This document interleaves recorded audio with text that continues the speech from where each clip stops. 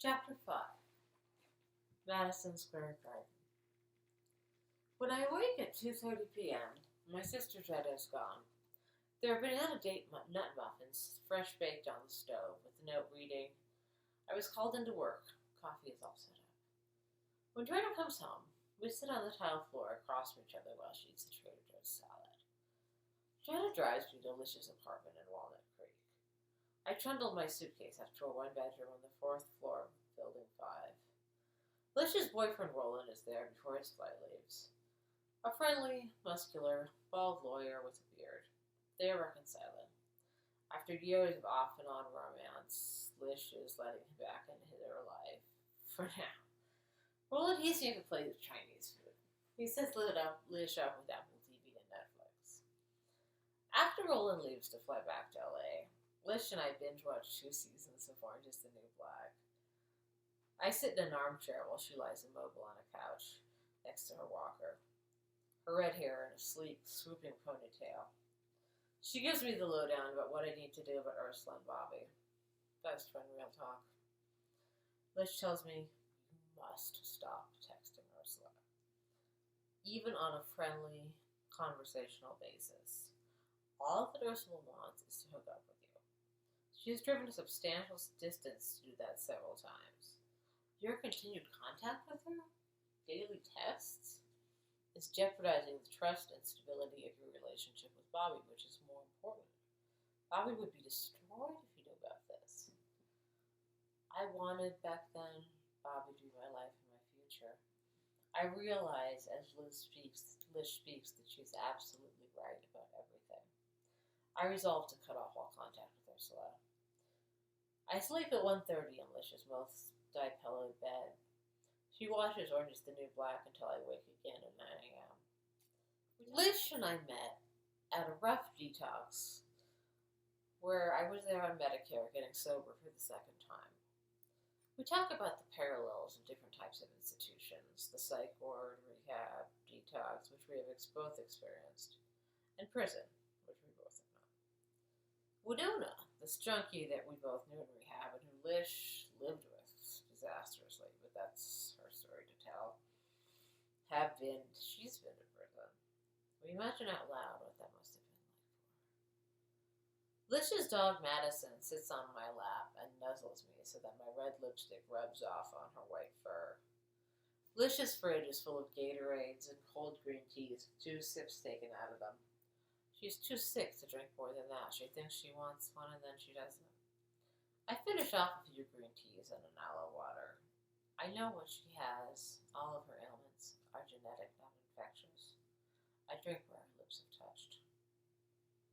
Lish tells me that Ursula is predatory, running a game with me and mini pawns. She targeted me over the internet. Sitting dog. Went after me. Facebook chatted me. Drove many miles from Long Beach to visit me. All with the express intention of cheating on her wife with me. I realize that Lish is right. I cannot have Ursula in my life at all. I choose Bobby. I delete Ursula's text messages from my phone. I resolve never to text her again.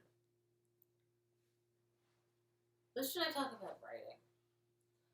She tells me the article that I wrote and plan to write for Queer Mental Health is a problem because it's about AA and my experience in it, which we both shared, and AA is not supposed to be represented in print, press, or media according to AA rules. But if I've left the cult, do I still have to follow the cult rules? But it's the internet. I believe in freedom of the press. I have the right to tell my own story, I said. Lish says, but AA is mixed up with the government. It actually might be illegal to talk bad about them. Like, you could get sued. But the website's in Canada.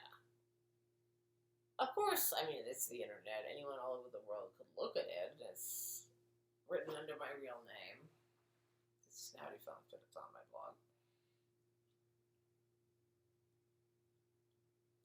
You might want to use euphemisms, she said. Just say, in the recovery movement. It's really bad to write about AA. You're not supposed to do it, and people will get really down on you, especially in LA.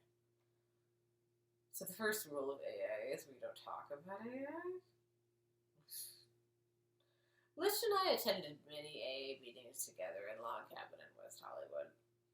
Her red hair extensions flowing down her willowy frame, haloed in the light as I worked my way back from the bathroom to her smiling face, lighting a cigarette as people dipped in and out of her aura. I was her chosen one. I would follow her out to my car through the dapples of sun. Lish has cervical cancer now, spreading through her reproductive system. All day long, she smokes. She was supposed to get a hysterectomy, but she was too sick to operate on. Roland wants children. Lish, medically, it's just out of the question. He shames her for her infertility. He wants to marry her. She wonders if marrying him will free her from financial dependence on her mother, her SSI payee. Then Roland would be her payee. Lish is dying, but Roland will not accept it. He thinks she just has nausea. Lish nurses a diet root beer, her patrician cheekbones, a light dusting of freckles. I only wear chapstick and mascara now because I just don't want to attract attention. Lish tells me of stalkers, kidnappings, men's obsessed with her, lady photographers trying to sleep with her. I realize how hard it must be to be that beautiful. The price of fame when your body and face are a commodity to be bought and sold and styled. My hair and legs were insured, she said. The paparazzi chased me and my Italian rapper boyfriend all the time, she says. I used to buy Us magazine because I would always be in it. Oh yeah, they always come into the club and take pictures. I walk behind her and her white dancing dog to the 7-Eleven. Lish nods off during the royals. She's been up for 2 days. Now it is my turn to be up for 2 days. I turn the TV and lamps off.